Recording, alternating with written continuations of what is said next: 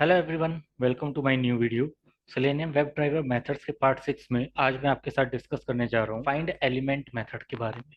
तो find element method का basically जो यूज है वो लोकेटर्स को एक्सेस करने में किया जाता है। तो लोकेटर्स क्या होते हैं, एक तरीके से मैं आपको एक जनरल डिस्क्रिप्शन दे देता हूँ कि भाई लोकेटर्स क्या होते हैं, उसका यूज क्या होता है। एग्जाम्पल के लिए मान लीजिए आप किसी भी वेब एप्लीकेशन को टेस्ट करते हैं, ठीक है, और उस वेब एप्लीकेशन के अंदर आपको यहाँ पे कोई वैल्यू पिट करनी है with the help of Java code और द पाइथन कोड। तो ये जो आपके पास बॉक्स आ रहा है इसको हम लोग HTML में बोलते हैं इनपुट बॉक्स। तो इस इनपुट बॉक्स में आप वैल्यू कैसे पुट कर सकते हैं with the help of Java, ठीक है। तो लोकेटर्स यहाँ पे क्या है, जब आप इस एलिमेंट को क्लिक करेंगे, इंस्पेक्ट करेंगे और चेक करेंगे तो आपको इस वाले बॉक्स का कोई एक नाम मिलेगा। जैसे यहाँ पे मिल रहा है आपके पास माई टेक्स्ट आईडी, ठीक है ना। यानी कि जब भी आप इस बॉक्स को कॉल करेंगे तो इसके पीछे का जो कोड है माई टेक्स्ट आईडी है। तो ये माई टेक्स्ट आईडी को आपको एक्सेस करना है। ये कैसे एक्सेस करेंगे? With the help of find element method. तो लोकेटर्स के साथ फाइंड एलिमेंट मेथड का यूज किया जाता है। तो इंटरव्यू में अगर आपसे क्वेरी करते हैं कि फाइंड एलिमेंट मेथड का यूज कहाँ किया जाता है, तो आप बता सकते हैं कि किसी भी लोकेटर्स को एक्सेस करने के लिए हम लोग फाइंड एलिमेंट मेथड का यूज करते हैं। क्लियर हो गया। सेकंड पॉइंट आपसे ये भी पूछा जा सकता है कि फाइंड एलिमेंट मेथड क्या रिटर्न करता है। तो आप बता सकते हैं find element method is returning a web element interface. जो वेब एलिमेंट इंटरफेस है वो रिटर्न करके देता है, ठीक है। तो ये दो क्वेश्चन आपसे इंटरव्यू में पूछे जा सकते हैं। फर्स्ट क्वेश्चन आपके पास है कि फाइंड एलिमेंट मेथड जो आपके पास होगा उसका यूज कहाँ पे होता है।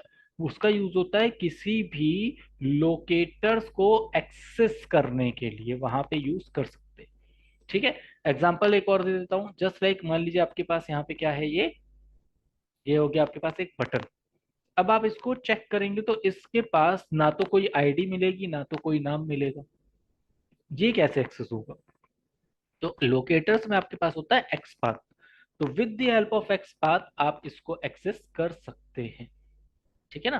तो इसको प्रैक्टिकली हम लोग इंप्लीमेंट करके देखेंगे कि एक फाइंड एलिमेंट मेथड का यूज कैसे किया जा सकता है और लोकेटर्स को फाइंड एलिमेंट मेथड के साथ कैसे कोलैबोरेट करके हम एक जावा का कोड लिख सकते हैं। तो चलते हैं प्रैक्टिकल इंप्लीमेंटेशन की तरफ और देखते हैं फाइंड एलिमेंट मेथड का यूज हम लोग कैसे करते हैं।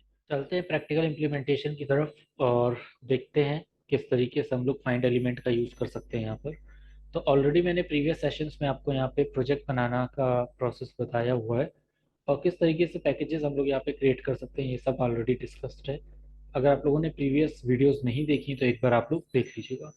तो आज डे 7 है, so I am going to create a one package here. The package name is day 7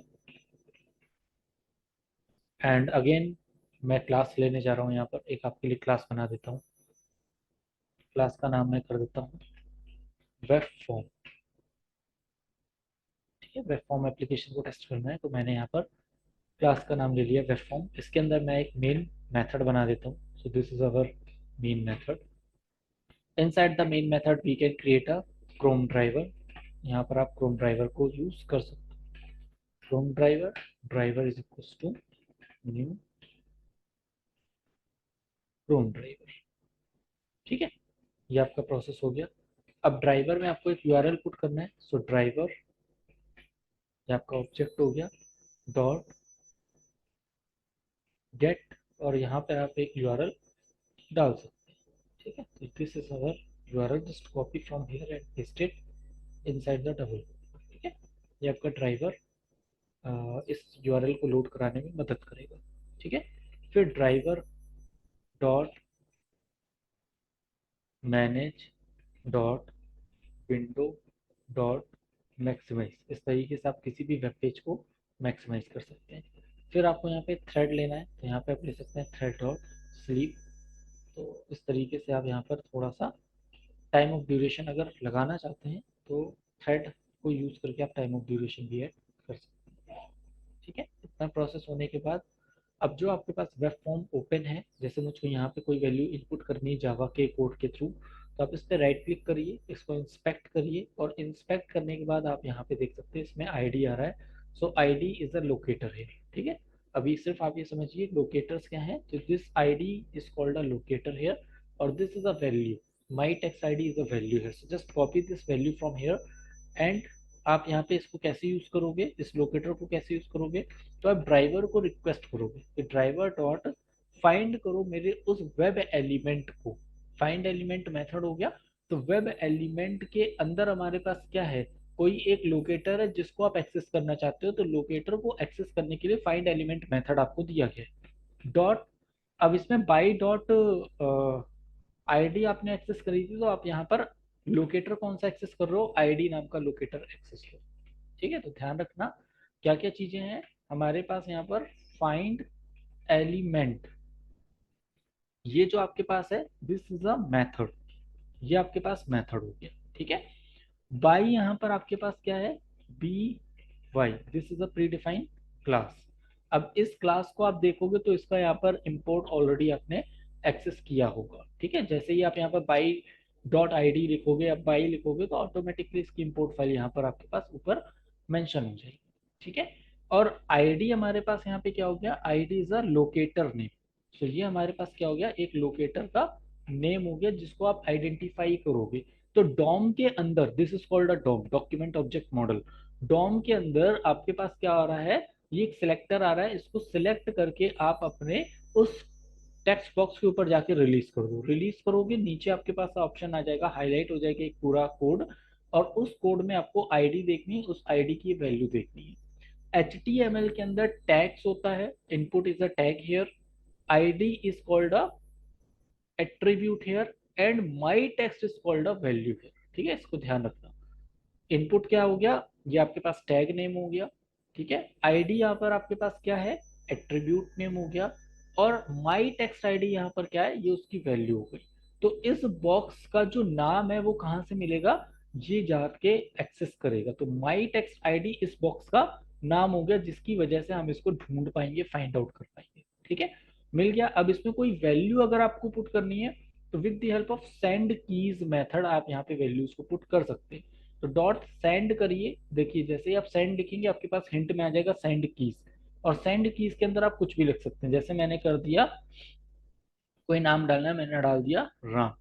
तो ये राम नाम जो होगा ना, ये कहाँ पे डिस्प्ले होने लगेगा, ये इस टेक्स्ट बॉक्स पे डिस्प्ले होने लगेगा। कैसे डिस्प्ले होगा, तो इतना कोड करने के बाद आप अपने कोड को यहाँ पर एग्जीक्यूट करके देख सकते हैं। एक बार आप चेक कर लीजिए कि आपका कोड यहाँ पे प्रॉपर तरीके से एग्जीक्यूट हो पा रहा है या नहीं हो पा रहा है। तो जितना भी कोड आप करिए, उस कोड को करने के बाद पहले उसको इम्प्लीमेंट करके आप देख लीजिए कि क्या वो सही तरीके से एग्जीक्यूटेबल है या नहीं है। अगर नहीं हो पा रहा है तो आप अपने कोड को एक बार दोबारा से रीटेस्ट कर सकते हैं। ठीक है, ये एप्लीकेशन ओपन हो गया। होने के बाद इस बॉक्स में आपको क्या चाहिए, राम चाहिए। तो देखिए ये राम यहाँ पे ऑटोमेटिक कोड के साथ आ चुका है।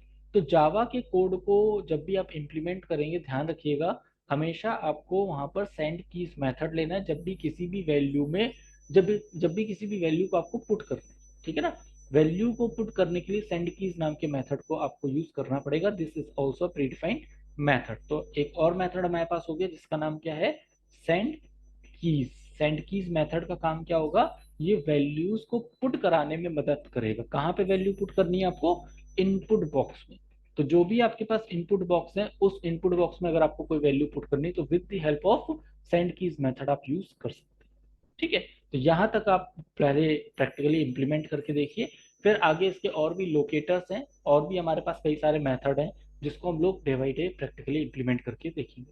तो यहाँ तक का वीडियो देखिए। अगर आपको वीडियो अच्छा लगा हो तो लाइक करिए, सब्सक्राइब करिए और शेयर करिए उन सभी लोगों के साथ जिनको कोडिंग करने में प्रॉब्लम होती है। Thank you so much for watching this video.